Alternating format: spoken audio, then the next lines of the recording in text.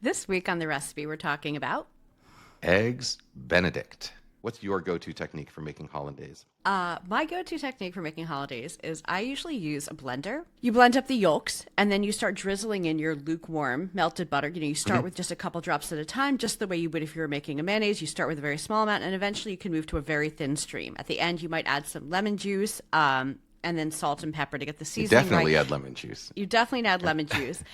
However, I don't have the same blender that I had back then. And I found that in the Vitamix I use these days, it didn't have enough to grab onto, even at the Yeah. two yolk level. And then I used my immersion blender because I was really working through it. Then I used and it also just didn't have the depth, like the blade wasn't far enough down. And finally, I just whisked it by hand, and it Whisked was it by hand, the perfect. traditional. And yeah, Well, exactly. yeah, It's much harder to mess it up. My arm was tired, but it's arm day. You're going to eat a lot of butter, so it all balances out.